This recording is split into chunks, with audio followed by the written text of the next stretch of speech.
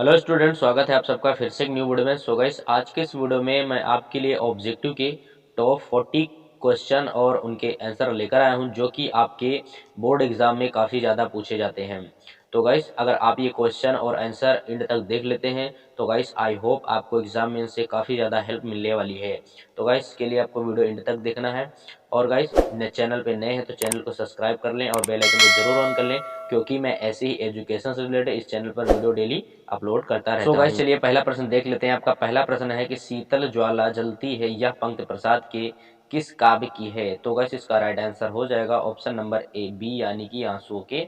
So guys, अगला प्रश्न देख लेते हैं कि आंसू का रचना काल इनमें से क्या है, यानी कि आंसू की रचना कब हुई थी? तो गाइस, इसका राइट आंसर हो जाएगा ऑप्शन नंबर सी, यानी कि 1925 ईस्वी में आंसू की रचना हुई थी। ओके। सो गाइस, चलिए अगला प्रश्न देख लेते हैं कि ले चल मुझे बुलावा देकर गीत किस काव्य कृति में संकलित है? तो गाइस, इसका राइट आंसर हो जाएगा ऑप्शन नंबर बी, यानी कि लहरों के।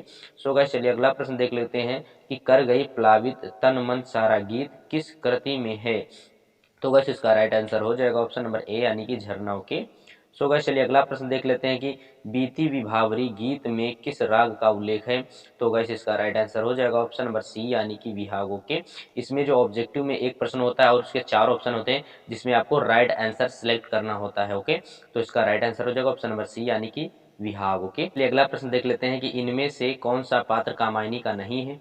तो गाइस, इसका राइट आंसर हो जाएगा ऑप्शन नंबर बी, यानी कि ईर्ष्या। ओके, तो गाइस, चलिए अगला प्रश्न देख लेते हैं जयशंकर प्रसाद की अंतिम काव्य कृति कौन सी है? तो गाइस, इसका राइट आंसर हो जाएगा ऑप्शन नंबर डी, यानी कि कामायनी। सो गाइस, चलिए अगला प्रश्न देख लेते हैं कि ले चल मुझे बुलावा देकर पंक्ति के आधार पर प्रसाद जी पर क्या आरोप लगा था? तो गाइस, इसका राइट आंसर हो जाएगा ऑप्शन नंबर बी, यानी कि पलायनवादिता। ओके। सो गाइस, चलिए अगला प्रश्न देख लेते हैं कि छायावाद को स्थूल के प्रति सूक्ष्म का विद्रोह किस आलोचक ने कहा है? तो गाइस, इसका राइट आंसर हो जाएगा ऑप्शन नंबर ए, यानी कि डॉक्टर नागेंद्र जी ने कहा है। ओके।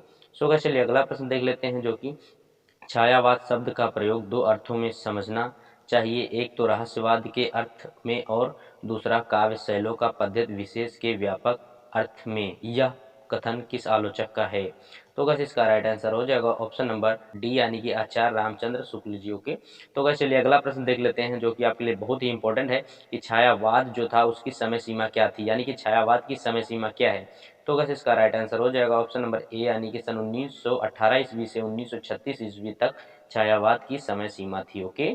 सो गाइस, चलिए अगला प्रश्न देख लेते हैं कि इनमें से कौन सी विशेषता छायावादी काव्य में नहीं है?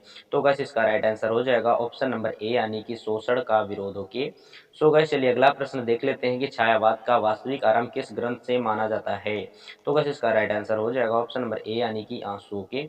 सो गाइस, चलिए अगला प्रश्न देख लेते हैं निम्नलिखित में से कौन सा छायावादी कवि नहीं है? इसका राइट आंसर हो जाएगा ऑप्शन नंबर डी, यानी कि आगे जी। ओके। सो गाइस, चलिए अगला प्रश्न देख लेते हैं कि छायावाद का सर्वाधिक उज्जवल पक्ष है। तो गाइस, इसका राइट आंसर हो जाएगा ऑप्शन नंबर डी, यानी कि मानवतावाद। ओके। सो गाइस, चलिए अगला प्रश्न देख लेते हैं कि जयशंकर प्रसाद की प्रसिद्धि का मूलाधार है।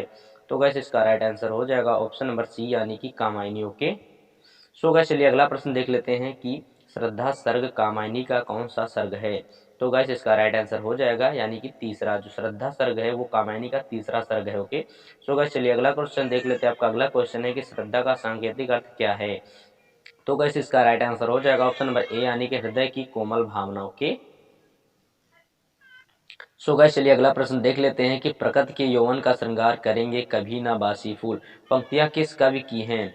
तो गाइस, इसका राइट आंसर हो जाएगा ऑप्शन नंबर सी, यानी कि जयशंकर प्रसाद जी के पंक्ति की हैं। ओके। अगला प्रश्न देख लेते हैं कि बढ़ा मन और चले ये पैर शैल मालाओं का श्रृंगार आंख की भूख मिटी यह देख आह कितना सुंदर संसार उपर्युक्त पंक्तियां किस कवि की हैं? तो गाइस, इसका राइट आंसर हो जाएगा ऑप्शन नंबर सी, यानी कि जयशंकर जी के पाठ की हैं। ओके। सो गाइस, चलिए अगला प्रश्न देख लेते हैं कि कौन तुम संस्कृत जल निधि तीर ये शब्द कामायनी के किस पत्र के हैं? तो गाइस, मैं आप लोगों को बता दूं कि ये क्वेश्चन बोर्ड में काफी ज्यादा पूछा जाता है। ये आप देख सकते हैं 2020 में भी पूछा गया है और ये इस बार भी आएगा, तो इसे जरूर याद कर लेना है कि इसका राइट आंसर हो जाएगा ऑप्शन नंबर डी, यानी कि श्रद्धा। ओके। सो गाइस, चलिए अगला प्रश्न देख लेते हैं, जो कि आपका नील प्रधान बीज सुकुमार में किसके सौंदर्य को प्रकृति के माध्यम से व्यक्त किया गया है? तो गाइस, इसका राइट आंसर हो जाएगा ऑप्शन नंबर ए, यानी कि श्रद्धा चलिए अगला प्रश्न देख लेते हैं कि शक्तिशाली हो विजयी बनो यह वरदान कौन दे रहे हैं। ये भी आपके लिए बहुत ही मोस्ट इंपॉर्टेंट, ये क्वेश्चन जो मैं बता रहा हूँ ये आपके लिए बहुत ही इंपॉर्टेंट क्वेश्चन बता रहा हूँ। इसका राइट आंसर हो जाएगा ऑप्शन नंबर ए यानी कि विधाता। ओके, शक्तिशाली हो विजयी बनो यह वरदान विधाता दे रहे हैं। ओके, तो गाइस चलिए अगला प्रश्न देख लेते हैं कि दुख की पिछली रजनी बीच विकसता सुख का नवल प्रभात किस कविता से उद्धृत है। तो गाइस इसका राइट आंसर हो जाएगा ऑप्शन नंबर बी यानी कि कामायनी। ओके, सो गाइस चलिए अगला प्रश्न देख लेते हैं जयशंकर प्रसाद की अंतिम काव्य कृति है। तो गाइस इसका राइट आंसर हो जाएगा ऑप्शन नंबर ए यानी कि कामायनी। चलिए अगला प्रश्न देख लेते हैं कि मंगल से मंडित श्रेय किसने कहा है। तो गाइस इसका राइट आंसर हो जाएगा ऑप्शन नंबर काम को कहा गया है कि मंगल से मंडित श्रेय काम को कहा गया है। ओके, तो गाइस चलिए अगला प्रश्न देख लेते हैं कि प्रसाद के काव्य लेखन का प्रारंभ किस युग से होता है। तो गाइस इसका राइट आंसर हो जाएगा ऑप्शन नंबर सी यानी कि छायावाद युग से जयशंकर प्रसाद के काव्य लेखन का प्रारंभ होता है। ओके, तो गाइस चलिए अगला प्रश्न देख लेते हैं कि काम गोत्र से कौन संबंधित है। तो गाइस इसका राइट आंसर हो जाएगा ऑप्शन नंबर ए यानी कि श्रद्धा। ओके, सो गाइस चलिए अगला प्रश्न देख लेते हैं कीड़ा की उत्पत्ति कैसे हुई। तो गाइस इसका राइट आंसर हो जाएगा ऑप्शन नंबर डी यानी कि पाक यज्ञ से। ये क्वेश्चन मॉडल पेपर में भी पूछा गया है कि पाक यज्ञ से ईड़ा की उत्पत्ति कैसे हुई। तो इसका right answer option number D यानी कि पाक यज्ञ। चलिए अगला प्रश्न देख लेते हैं कि किस साहित्यकार के बचपन का नाम कलाधर था।